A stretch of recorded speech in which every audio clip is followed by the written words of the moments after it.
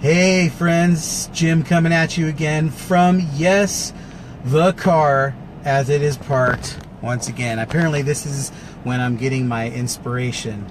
I'm pulling into the gym parking lot. So getting ready. It also could be a delay tactic for actually going inside the gym. That might be it.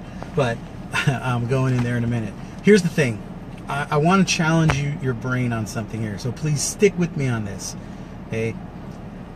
Most of the industry captures sales from our list from the top 3 to 15%, depending on how magical you are, right, of people who engage us at our first pass. Most of you spend vast quantities of time, most of your time, trying to figure out how to squeeze as much as humanly possible out of that first 3% of the people who opt into your list. Or again, if you're super crushing it, 10%, or masterfully magical, 15%. But what about the other 97% or 85% of people who don't go through, who don't get they get that best effort you give them in that first 30 days, that first initial run through in your world of the opportunity to buy from you. And then it's all about diminishing returns from there. And it's not because you're not capable, and it's not because you're not awesome and your people don't love you. It's just that where do we spend most of our time? We're spending 80% of our time trying to maximize the initial exposure.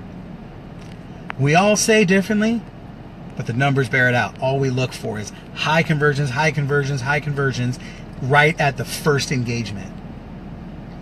And we'll even call a nurture sequence something we do. We're trying to get maximum results from a nurture sequence in 3 days. Something that used to take 30 days, 60 days, 90 days, or 6 months, we're trying to do in 3 days.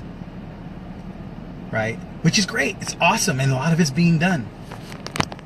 But the facts are the facts. You still have 90% of your list or better who hasn't bought. But they're still with you. They're still in your world. And we'll give them some nuggets and some email blasts, some blogs, some newsletters, but we're not putting heart and soul into serving them, engaging them, and pulling them to you so that when they're actually ready to buy, ready to go. Because part of this is about personality, right?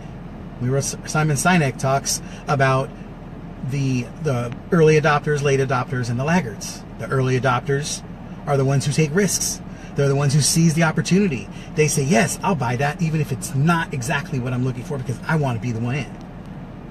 Right? And those are the people that take the risk because they like the risk. But then you have the late adopters, which is the bigger majority, which are the ones that get you the tipping point, get you the kind of momentum and the exponential growth that you're looking for. But those people don't buy right away. They want to see evidence. And most of the time, the evidence, as my friend Danny Ennie said so eloquently today, that evidence doesn't come from showing them that early adopters buy. They want to see people like them buy.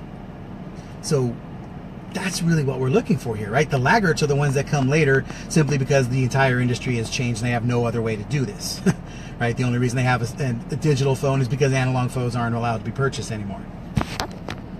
So what are you doing to really serve the late adopters? Right? That's the question that I'm asking now of myself and my team. How do we sell to the later adopters who are less risk tolerant, right? Who are a little bit more skeptical, who are a little bit less believing, right? And a little bit more set in their ways. It's a different conversation.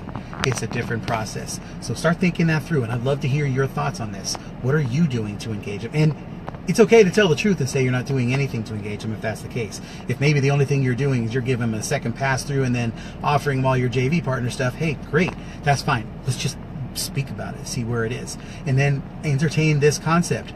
How much more sales can you have if you gave that same attention and effort that you put into squeezing the first 10%?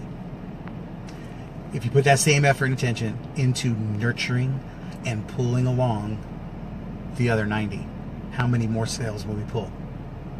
What would happen after 6, 9 months, 12 months, and beyond, right? More to come on this because my brain is all wrapped in it. I'd love to hear what you're thinking and make some magic happen.